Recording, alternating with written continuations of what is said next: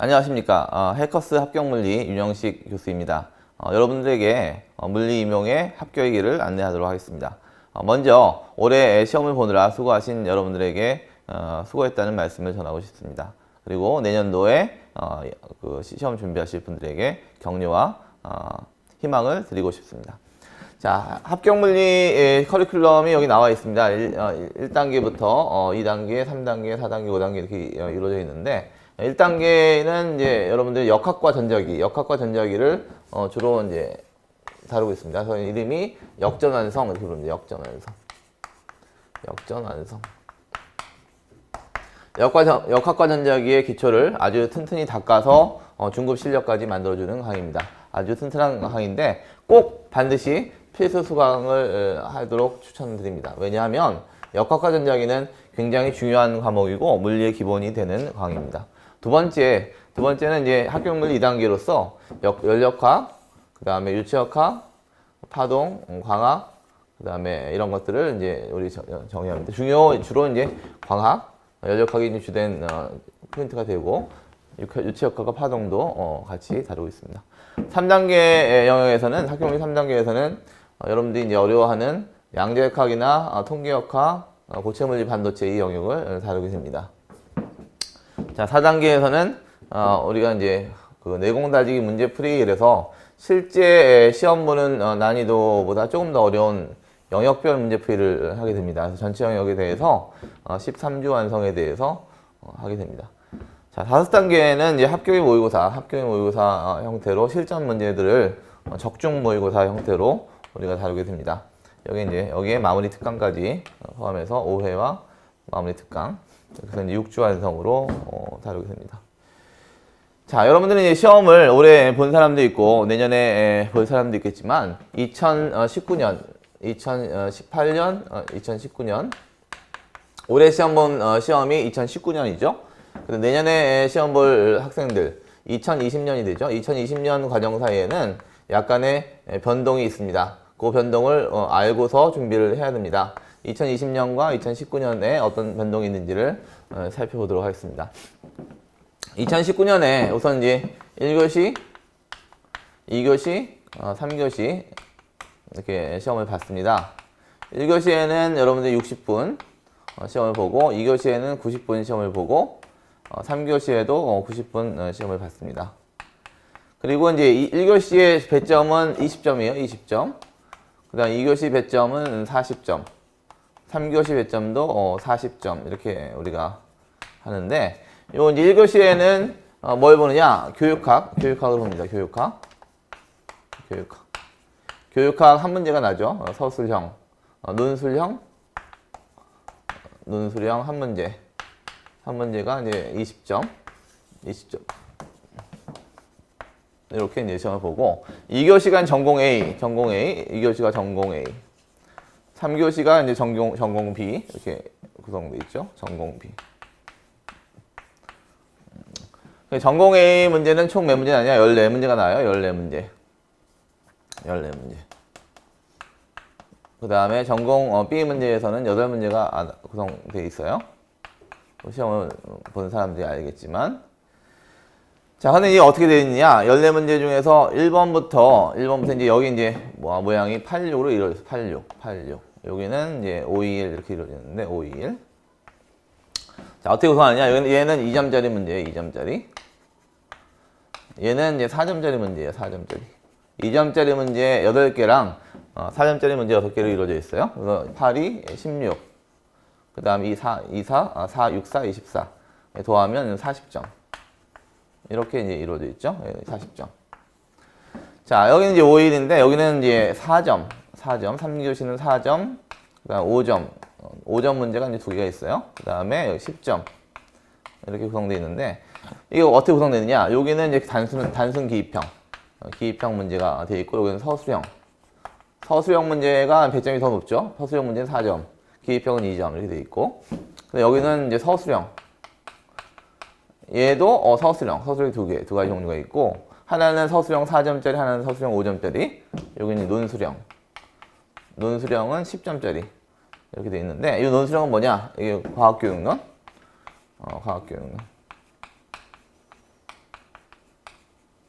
이렇게 돼 있고, 여기도 과학교육론이 있어요. 1번과 2번 문제. 이게 과학교육론.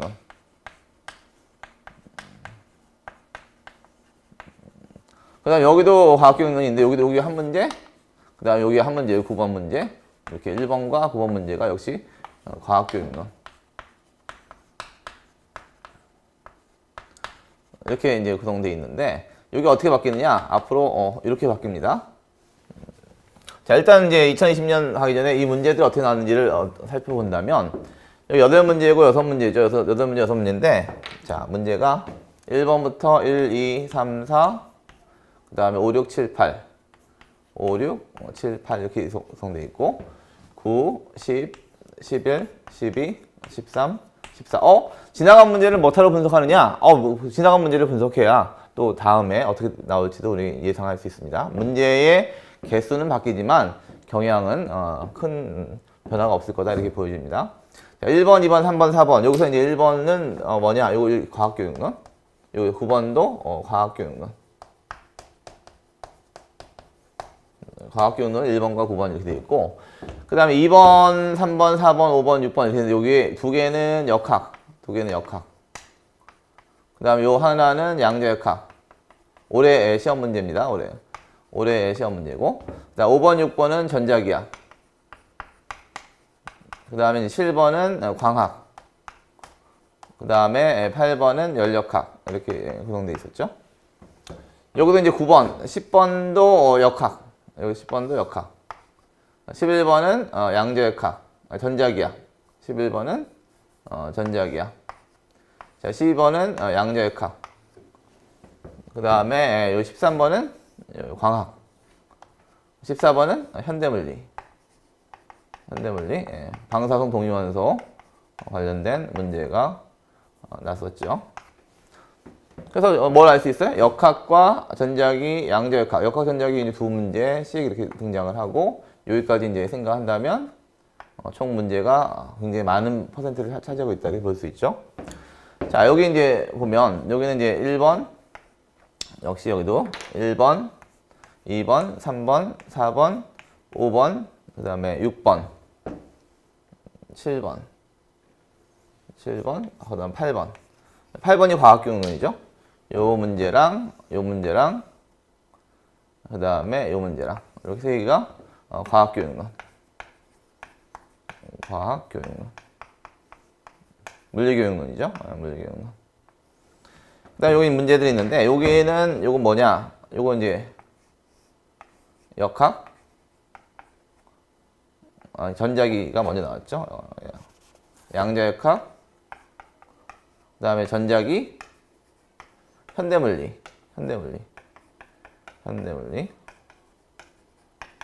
그 다음에 요거 5점짜리죠. 5점짜리. 요거 4개는 5개는 4점짜리. 5점짜리는 요 하나는 역학, 하나는 전자기야. 이렇게. 전자기야. 이건 역학. 이렇게 구성되어 있어요. 역시 마찬가지로 이렇게 이제 전자기와 역학과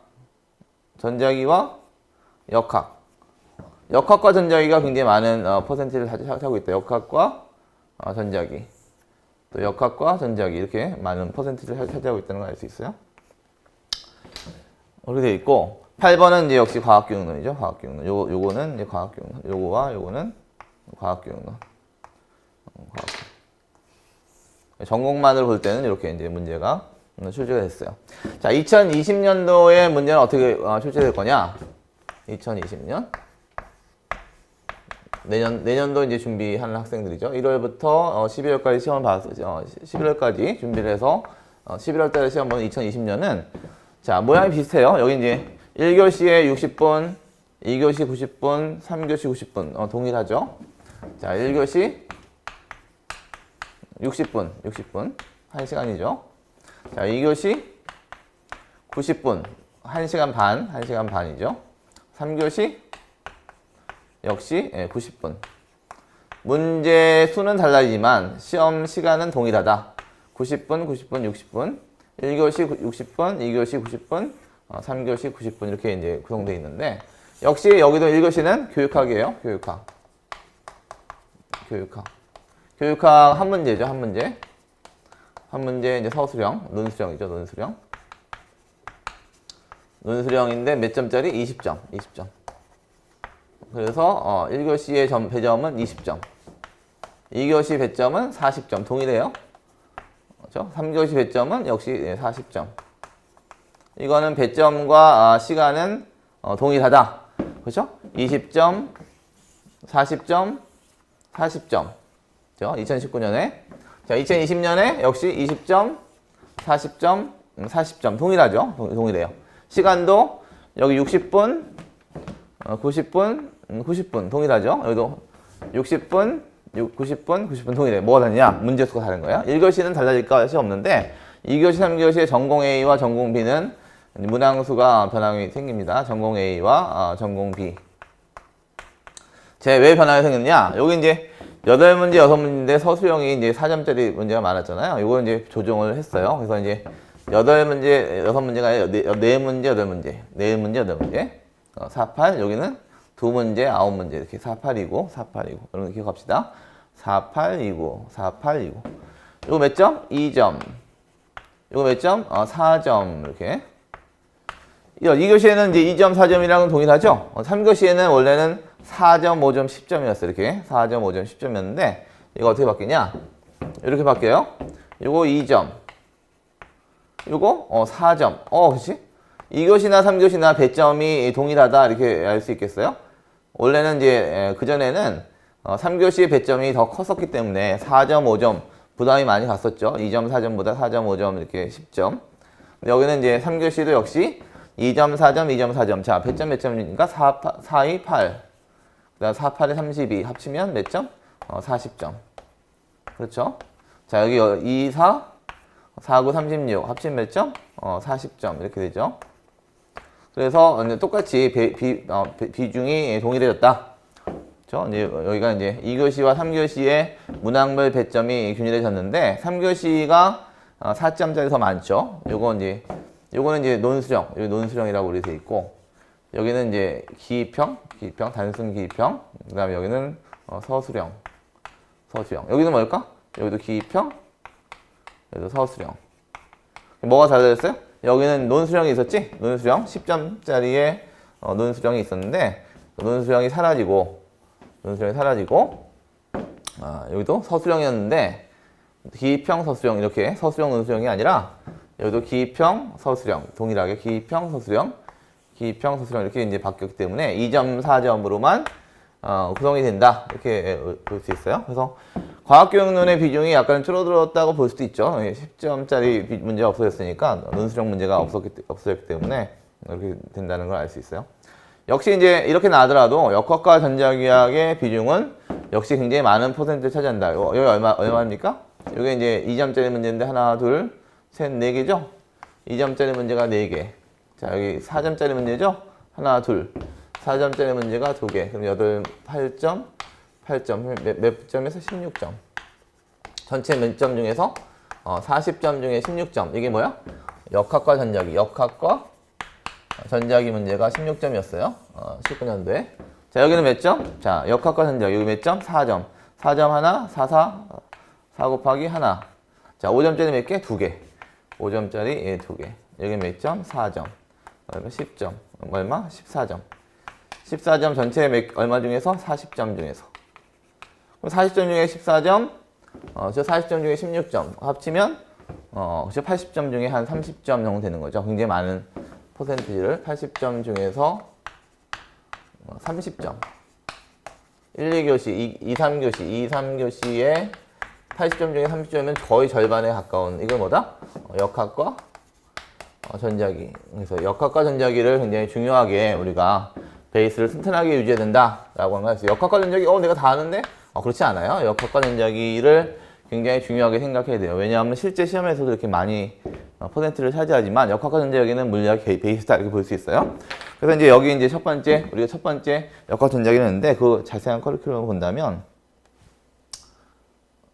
이렇게. 자, 여기 보면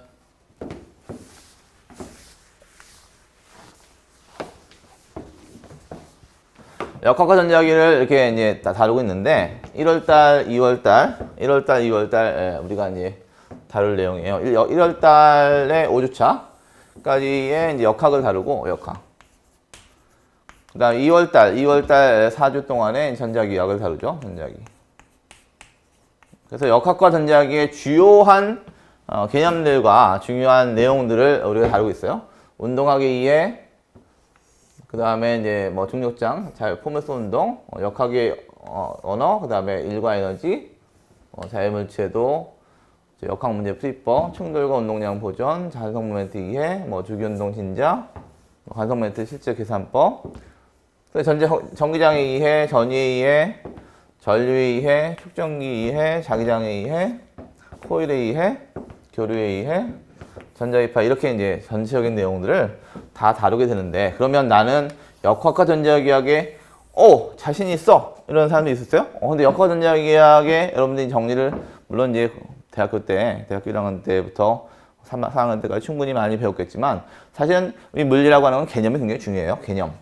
이 개념이라고 하는 것과 수식적 능력, 수식 능력 이것이 이제 중요한데 이것을 체계적으로 이해하는 건 굉장히 중요해요. 근데 이제 조금 돼 있는 친구들도 아마 들으면 내가 부족한 부분이 있구나 이런 것을 우리가 알 수 있어요. 여러분들 이제 기대를 해도 좋습니다. 그래서 나는 이제 좀 부족한데 나는 뭐 잘 자신이 없어 그런 친구들도 사실은 아주 베이스적인 개념을 해석하는 방식, 개념을 우리가 다루면서 수식화 시키기 때문에 굉장히 여러분들이 잘 이해할 수 있다 이런 것을 알 수 있어요. 그래서 잘하는 친구든 잘 못하는 친구든 이게 역학과 전자기, 역전환성의 수업을 듣는 것은 굉장히 의미가 있고 중요한 일이다 라고 하는 것을 우리가 얘기를 하고 싶습니다. 그래서 2019년에서 2020년으로 넘어가면서 무엇이 달라졌느냐? 전공 A와 전공 B의 문항수가 달라지고 배점도 달라졌다라고 하는 거 482고 기억합시다. 482구가 달라졌다 이런 걸 우리가 기억을 하고 여러분들이 저랑 같이 한다면 윤영식 교수 합격 물리 윤영식 교수 해커스 임용고시에 이제 여러분 새롭게 출발하는 합격 물리 윤영식 교수의 수업을 듣는다면 여러분들이 1년 동안 충실히 한다면 좋은 성적으로 한 20점 정도 평균 점수보다 높은 점수로 아마 합격할 수 있지 않을까 이렇게 생각합니다. 저희 수업을 들었던 학생들이 남긴 임용 후기, 합격 후기를 한번 잠깐 보도록 하겠습니다. 안녕하십니까. 윤혁 교수님과 물리 임용을 위해 달려온 수강생입니다. 오늘은 교수님 1년 강의에 대한 소개를 적어볼까 합니다. 이렇게 나와 있어요. 많은 내용들은 여러분들이 읽어보시면 되고, 여기에 이제 대부분 여러분들이 이제 물리학의 전체적인 구조에 대해서는 어렴풋이 알고 있겠지만, 개념들의 자세한 내용과 활용 방법은 대부분 망각하고 있었던 상태였다고 본인이 얘기를 하고 있어요. 이 친구는 이제 여러분들 잘 알다시피 정규교사가 아니라 기간제 교사로 우리가 있었는데 이제 임용고시를 새로 준비하던 학생이었습니다. 그래서 강사들의 여러 가지 맛보기 강의 중에서 윤 교수님의 강의 가장 저 맞을 거라고 생각했는데 그 이유는 기초적인 개념에서 시작해서 점점 심화되는 개념으로 진행하는 것을 철칙으로 여기고 수업에 임하셨습니다. 일반적인 강의보다 더더욱 기초적인 내용에서 논리를 전개하신 경우가 많아서 오랜 기간 손을 놓은 분이나 개념이 잘 잡히지 않은 초수생 분들에게는 큰 도움이 되었을 거라 생각합니다. 이렇게 되어 있고요. 물론 어느 정도 물리학에 대한 이해가 깊은 상태에 있으신 분들은 그다지 얻을 것이 없다고 생각하실 수 혹시 미리 생각할 수 있지만 윤 교수님은 그 강의에서 반드시 한 번은 굉장히 심화된 내용을 다루십니다. 때문에 윤 교수님 강의는 초심자에게도 큰 도움이 되고 숙련자에게도 생각할 거리를 던져주시는 장점이 있습니다. 이렇게 되어 있고요. 또 이제 뭐라 했냐면 윤 교수님 강의 또 다른 장점은 바로 윤 교수님의 완벽주의입니다. 절대 수업 시간 전개 중에 이어지는 논리의 흐름에 빈틈을 허용하지 않으셨습니다. 만약 한 부분이라도 오류가 발생한다면 다시 그 과정을 처음부터 진행하는 한이 있더라도 절대 강의에 오점을 남기를 하지 않으시는 모습이 굉장히 인상적이었습니다. 논리의 전개뿐 아니라 수식의 표현에서도 강점을 발휘했습니다. 물리학 공부해 보신 분들이라면 아시겠지만 물리학은 수식의 표현에 있어서 벡터 표시나 첨자 등 사소한 부분이지만 잘못 쓰인다면 전혀 다른 수식이 되는 경우가 많습니다. 윤 교수님은 수식의 표현에 있어서 매우 정석적이고 안정적인 모습을 보여주시기 때문에 수식을 약식으로 남발하거나 흘려 쓰는 다른 강사나 교수들의 강의에서 불만이 많으셨다면 윤 교수님의 수업이 입맛에 맞을 거라 생각합니다. 자, 또 뭐라고 했냐면 윤 교수님 강의의 또 다른 하나의 장점은 친절함입니다. 논리의 전개에서 절대 건너뛰거나 간소화하는 과정이 없습니다. 때문에 많은 수식의 전개관을 짚고 넘어가며 한 가지 법칙이나 이론의 다양한 표현 방법을 마주하는 일이 많습니다. 이로 인해 이전에 공부할 때 미처 발견하지 못했던 법칙이나 이론의 또 다른 의미를 일깨워주는 강의 역시 인상적이었습니다. 간혹 물리학을 공부하다 느낄 수 있는 이 식이 어떻게 나온 거지? 라는 의문 역시 교수님의 강의로 대부분 해소할 수 있었습니다. 보통 이제 슈랭거 방식을 쓰죠. 마이너스 2n분의 h바 제곱, 라운드 제곱 이렇게 해서 쓰는데, 그 식이 슈랭거 방식이야. 파동함수를 사용해서 영재커브 풀어. 근데 그 식은 어떻게 나온 거지? 이런 얘기는 잘 안 하죠. 근데 저는 이제 그 식에 대해서 정확하게 이해를 시켜주는 그런 강의를 합니다. 또 이제 여러 가지 FMA라든가 F는 D는 DP라든가 여러 가지 개념들을 어떻게 적용해서 이해할 것이냐, 개념을 잘 이해하는 것은 수식의 전개 과정에서 친절하게 아주 정확하게 체계적으로 이해하는 데 도움이 됩니다. 마지막으로 말씀드릴 또 다른 장점은 바로 문제풀이 및 모의고사 강의입니다. 주로 나오는 유형의 중요한 유형부터 이론 강의 과정에서 기초부터 끌어올리는 숙련된 수준보다 더 심화된 어찌 보면 미용물리 수준보다 높은 레벨의 문제까지 다뤄주기 때문에 실전에서 어떤 문제를 만나도 당하지 않을 수 있었고, 특히 이번 임용 1차 시험 출제된 문제 중 몇 가지 문제는 거의 정확히 예측하셨기에 대단하시다는 생각이 절도 들었습니다. 물리학이라는 학문은 혼자 공부하다 보면 마주하는 장벽이 상당히 많은 학문이라 생각합니다. 같은 길을 걷는 예비 물리교사 여러분은 이미 수많은 장벽을 넘으신 훌륭한 선생님들이십니다. 앞으로 조금만 더 전진하면 된다는 믿음을 가지고 내 앞의 장벽을 묵묵히 넘으셔서 원하는 목표를 이루시길 간절히 기원합니다. 감사합니다. 이렇게 돼 있어요. 제 강의를 들었던 이제 수강생이 1년 강의를 한 번도 빠지지 않고 들으면서 느꼈던 점들을 수강 후기로서 이렇게 합격 후기로서 남겨주었습니다. 여러분들도 충분히 제 강의를 처음부터 잘 따라온다면 여러분들은 합격의 그런 명광을 얻고 교사가 되실 거라 생각합니다. 네, 감사합니다.